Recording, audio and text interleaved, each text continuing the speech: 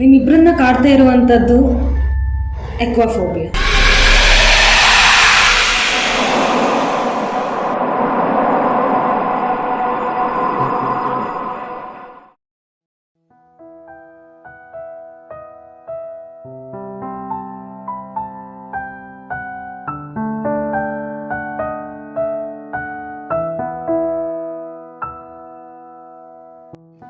Good morning to one and all present here. I would like to call upon stage Mr. Prapuj, who is here to tell us about his unique case study.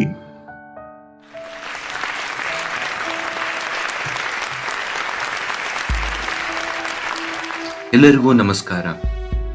ವಿಶ್ವ ಎಂಬ ಹೆಣ್ಣಿನ ಗರ್ಭದಲ್ಲಿ ತಿರುಗುತ್ತಿರುವ ಮಣ್ಣಿನ ಮುದ್ದೆಯಾಗಿರುವ ಈ ಭೂಮಿ ಮೇಲೆ ಗಾಳಿ, ಅಗ್ನಿ, ಜಲ, ಮಣ್ಣು ಎಂಬ ಪಂಚಭೂತಗಳಿವೆ. ಇವುಗಳಲ್ಲಿ ಬಹುಮುಖ್ಯವಾದದ್ದು ಜಲ. ಅನಾದಿ ಕಾಲದಿಂದಲೂ ಮಾನವ ಜಲವನ್ನು ದೈನಂದಿನ ಕಾರ್ಯಕ್ಕೆ, ಪೂಜೆಗೆ ಉಪಯೋಗಿಸಲು ಪ್ರಾರಂಭಿಸಿದ ಮನುಷ್ಯ ಕಾಲಕ್ರಮೇಣ ಜಲದ ಮೇಲೆ ಅತ್ಯಾಚಾರವೆಸಗಲು ಪ್ರಾರಂಭಿಸುತ್ತಾನೆ. ಜಲ ಎಂದು ಮಾನವನ ಮೇಲೆ ತನ್ನ ಹಗೆಯನ್ನ ಸಾಧಿಸಿಲ್ಲ. ಅದೊಂದು ದಿನ ಪಂಚಭೂತಗಳೆಲ್ಲವೂ ಸೇರಿ ಮಾನವನ ವಿರುದ್ಧ ತಿರುಗಿ ನಿಂತಾಗ ಈ ಭೂಮಿ ಮೇಲೆ ಮಾನವ ಇದ್ದ ಎನ್ನುವುದಕ್ಕೆ ಯಾವುದೇ ಪುರಾವೆಗಳಿರುವುದಿಲ್ಲ. ಒಂದು ವೇಳೆ ಜಲ ಮಾನವನ ಶೋಷಣೆಯನ್ನು ತಡೆಯಲಾರದೆ ಮಾನವನ ವಿರುದ್ಧ ತಿರುಗಿ ನಿಂತಾಗ ಏನಾಗುವುದು ಎಂಬುದಕ್ಕೆ ಇವೇ ಎರಡು ಜೀವಂತ ಉದಾಹರಣೆ.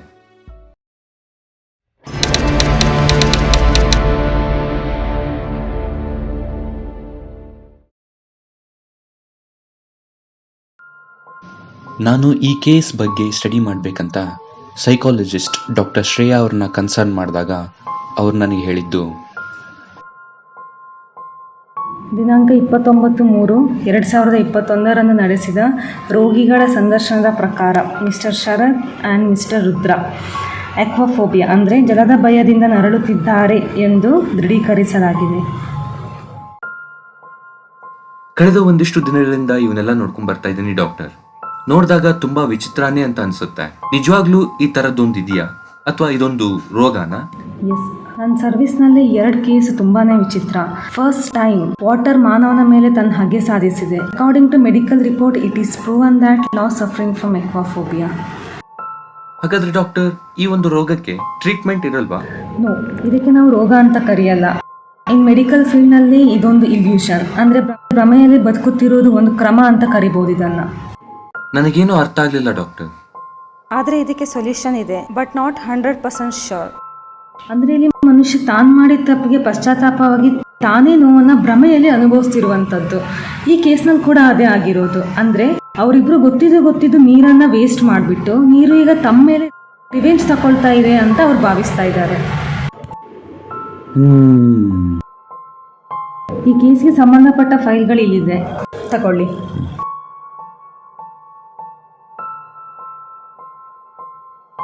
Case number 1, Rudra, age 22, suffering from aquaphobia.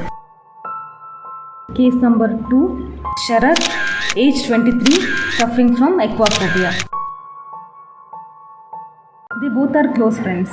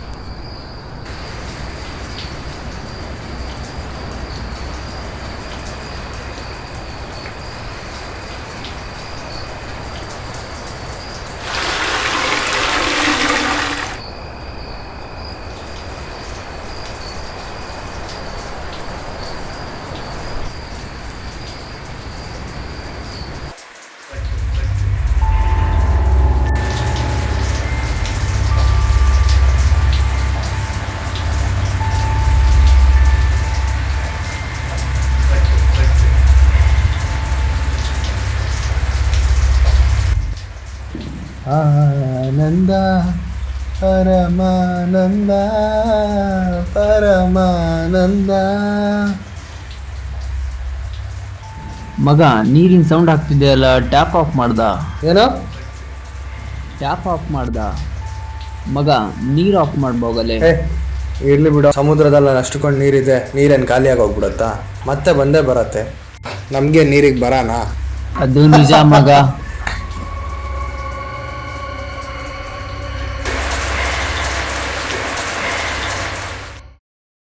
ನೀರಿಗೂ ಮಾತಾಡೋಕೆ ಬಾಯಿ ಅಂತ ಒಂದಿದ್ದು ಅದು ತನ್ನ ಅನುಭವವನ್ನ ಯಾವ ರೀತಿ ಹೇಳ್ತಾ ಇತ್ತು ಗೊತ್ತಾ?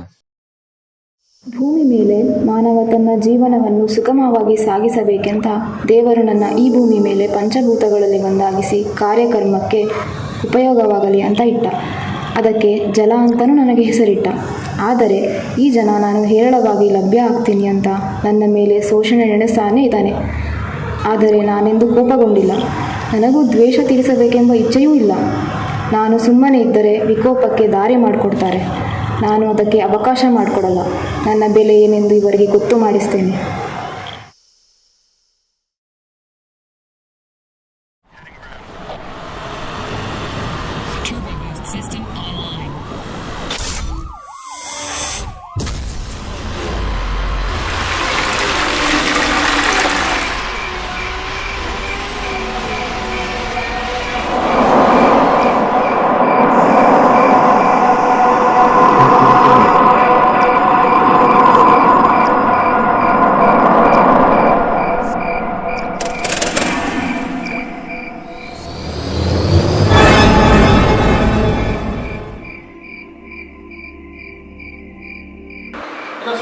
ಹೌದು ಮಗ, ಏನೋ ಸೌಂಡ್ ಬರ್ತಿದ್ದೆ.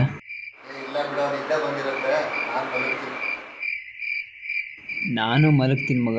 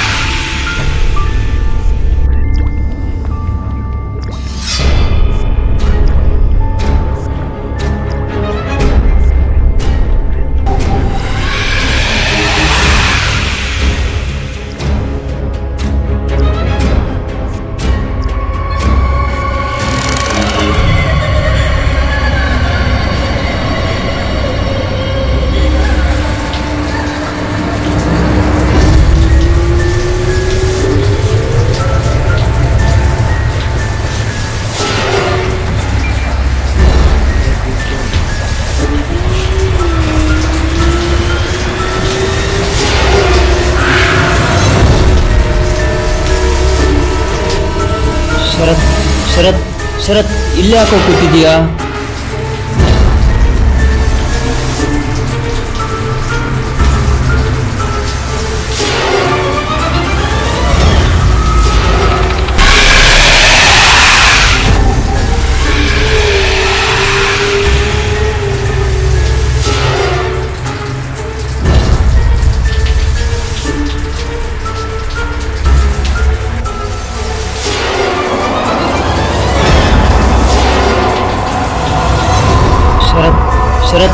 ಶರತ್, ಇಲ್ಲೇ ಯಾಕೋ ಕೂತಿದೀಯಾ?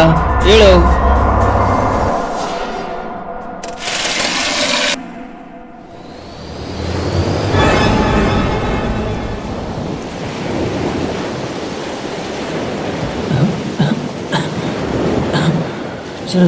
ಶರತ್, ಎಲ್ಲಿಗೋ ಬಂದ್ವಿ ನಾವು. ಶರತ್ ಶರು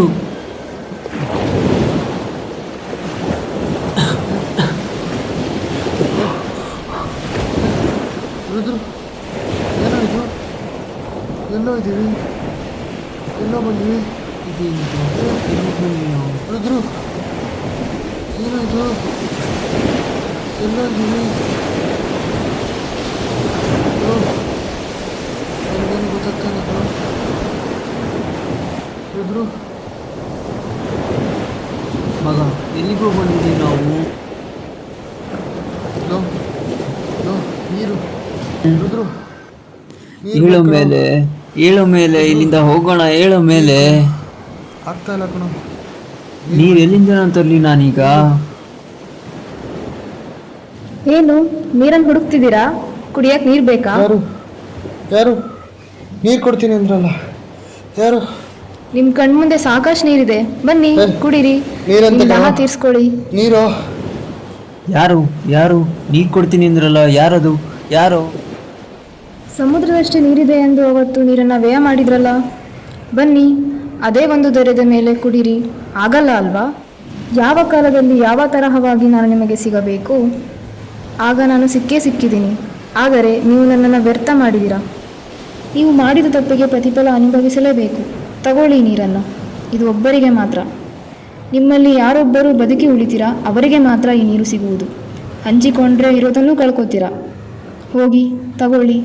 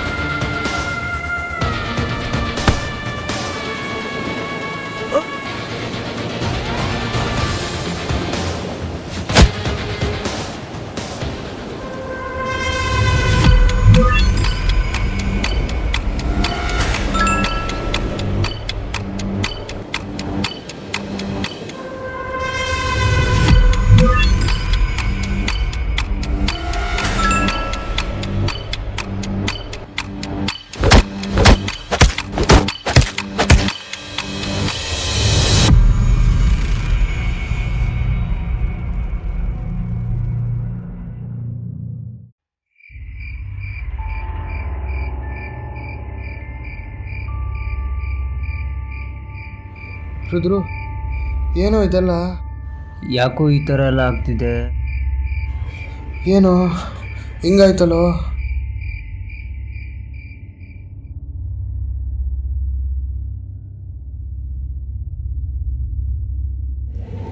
ನಿಮ್ಗೆ ಈ ಥರ ಆಗಿರೋದನ್ನು ನೋಡಿದರೆ it's look like completely strange. ನನ್ನ ಸರ್ವಿಸ್ನಲ್ಲಿ ಈ ಥರ ಕೇಸ್ನ ನಾನು ನೋಡಲೇ ಇಲ್ಲ. ಓಕೆ, ನಾನು ಒಂದಿಷ್ಟು ಸಿಂಟಮ್ಸ್ಗಳ ಲಿಸ್ಟ್ ಕೊಡ್ತೀನಿ. ಈ ಲಿಸ್ಟ್ನಲ್ಲಿ ಇರೋ ಹಾಗೆ ನಿಮ್ಗೇನಾದರೂ ಫೀಲ್ ಆದರೆ ಇದರಲ್ಲಿ ಟ್ರೂ ಅಂತ ಟಿಕ್ ಮಾಡಿ.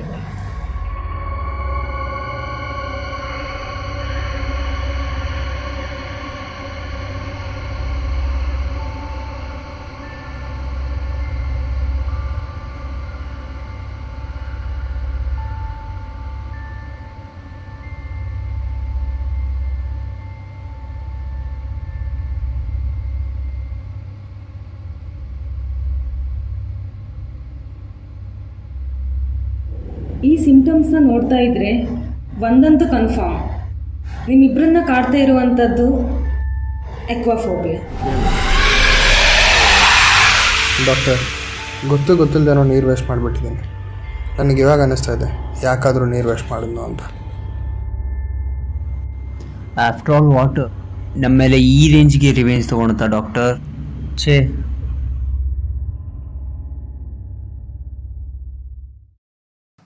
ಈಗ ಅವರಿಬ್ಬರ ಸಿಚುವೇಶನ್ ಯಾವ ತರ ಇದೆ ಅಂತ ನಿಮಗೆ ಗೊತ್ತಾ? ಒಂದ್ ನಿಮಿಷ. ಬರುವಾಗ ನೀರು ಫುಲ್ಲೇ ಇತ್ತು, ಏನ್ ಖಾಲಿ ಆಗಿದೆ?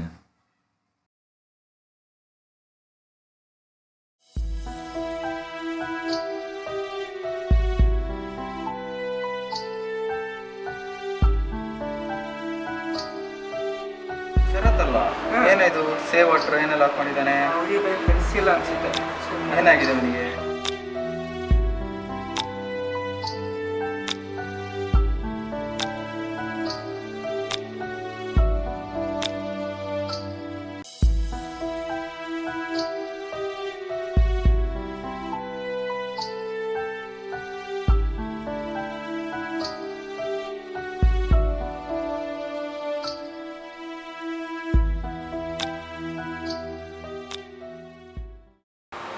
ಜಲಂ ದದಾತಿ ಜೀವನಂ ಜಲಂ ವಿನಾ ಮರಣಂ ಅಂತ ಒಂದು ಸಂಸ್ಕೃತದಲ್ಲಿ ಶ್ಲೋಕ ಇದೆ. ಅರ್ಥಾತ್ ಜಲ ಇದ್ದರೆ ಜೀವನ, ಇಲ್ಲವಾದರೆ ಮರಣ. ಒಳ್ಳೆಯದು ಕೆಟ್ಟದ್ದು ಅನ್ನೋದು ನಮ್ಮ ನಂಬಿಕೆ.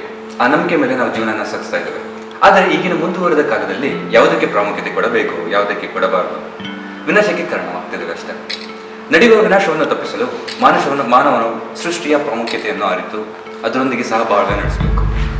ಇಲ್ಲಿವರೆಗೂ ನಾನೇನು ಹೇಳಿದೆ ಅನ್ನೋದು ನಿಮಗೆಲ್ಲ ಅರ್ಥ ಆಗಿರಬೇಕು. ಭಾರತದಲ್ಲಿ ಬಂದಂತಹ ಈ ಭೀತಿಗೆ ತುತ್ತಾಗುವ 4ನೇ ಪರ್ಸನ್ ನೀವಾಗಬೇಕು. ಹಾಗಾದ್ರೆ 3rd ಪರ್ಸನ್ ಯಾರು?